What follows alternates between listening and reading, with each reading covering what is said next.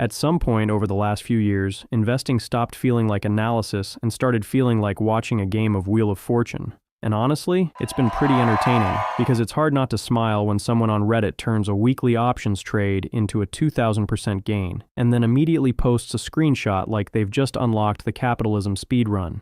But while it may be awesome to watch from the sidelines, it's also deeply unsettling, because for most of modern financial history, markets weren't perfect, but they were at least anchored to something real. Things like earnings, cash flows, and economic data. The boring adult stuff. And sure, historically, markets have always had periods where they go through manic phases. But whether it was large cap stocks in the 70s, internet stocks in the early 2000s, or even the banks in 2008, eventually fundamentals showed up like gravity. Because you could ignore them for a while, mock them, and even post memes about them, but sooner or later, intrinsic valuations mattered again. Because there was always an unspoken belief that value investing was at the foundation of markets. But over the last few years, it feels like that belief is changing. And it's not because prices are high. Markets have been expensive before. And it's not because speculation is present either. Speculation is basically a market tradition. What feels different this time around is that the relationship between market prices and fundamentals feels loose. It's like they're technically in the same room, but they just aren't on speaking terms anymore. Because since 2020, if someone tries to bring fundamentals back into the conversation, they get the same reaction as someone asking the DJ to play Nickelback. Because the pandemic wasn't just a shock to the markets. It rewired them. The story used to be, invest for the long term, and buy quality companies at fair prices. But since the pandemic, the story has changed. Now it's, buy the dip because stocks only go up. And that phrase alone should make you a little uncomfortable. And not because it hasn't been working, but because it has been, and what used to be a strategy has quietly just turned into an assumption. And this mindset shift didn't come out of nowhere. It was the perfect storm of a mass influx of new investors, interest rates being historically low, and Jerome Powell's money printer doing its best impression of a fire hose. And slowly but surely, the markets adopted a new mindset where every dip is a gift and every sell-off is a buying opportunity. And here's the part nobody likes to talk about. This didn't just affect retail investors, it's affected professionals. Because when markets stop behaving the way you were trained to understand them, experience stops being an advantage and starts becoming a liability. Take Michael Burry, for example, the same Michael Burry who famously profited $800 million from his bet against the housing market in 2008 and the inspiration for the movie The Big Short. He is the human embodiment of trust the fundamentals and ignore the noise. And recently, he shut down his hedge fund. Why? Well, in his own words he said, "My estimation of value in securities is not now, and has not been for some time, in sync with the markets."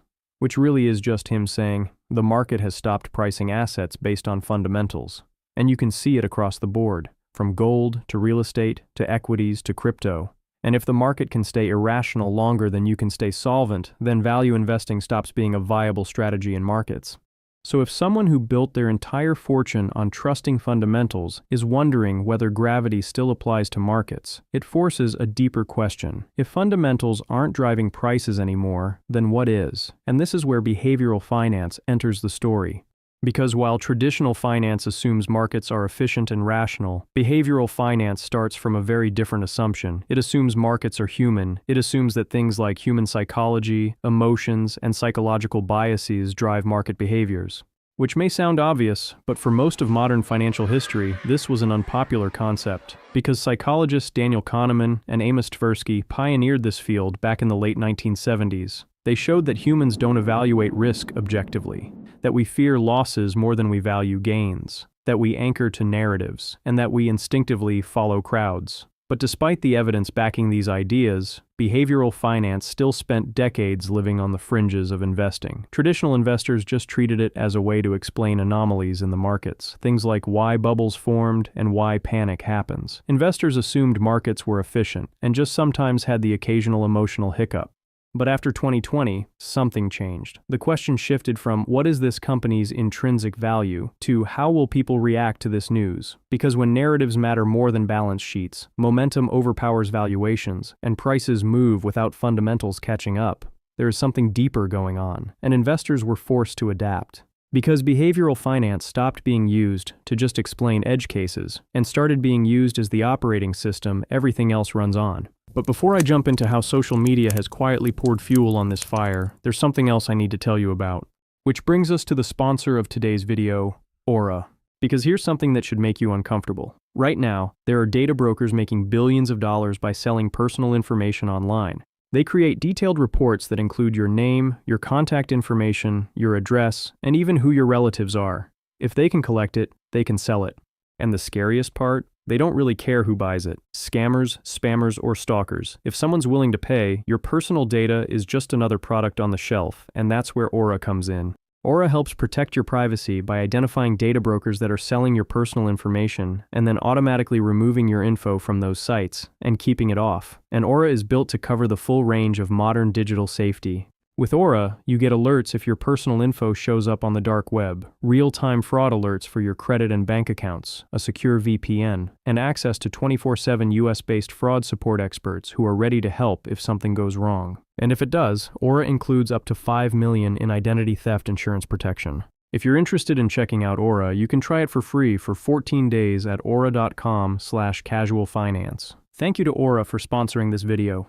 And now back to the secret forces that are driving the markets. Because human behaviors like greed, fear, herd mentality, and recency bias have always affected markets, but they used to be constrained. Information moved slowly, participation in markets was limited, and trading had friction. But now, you can wake up, see a hot stock tip online from some guy on Twitter, and then deploy capital before you've even finished brushing your teeth. Because narratives don't spread over months anymore, they spread over hours, and that's how markets have changed. Behavioral finance used to be a supplementary force in pricing, and now it's at the forefront.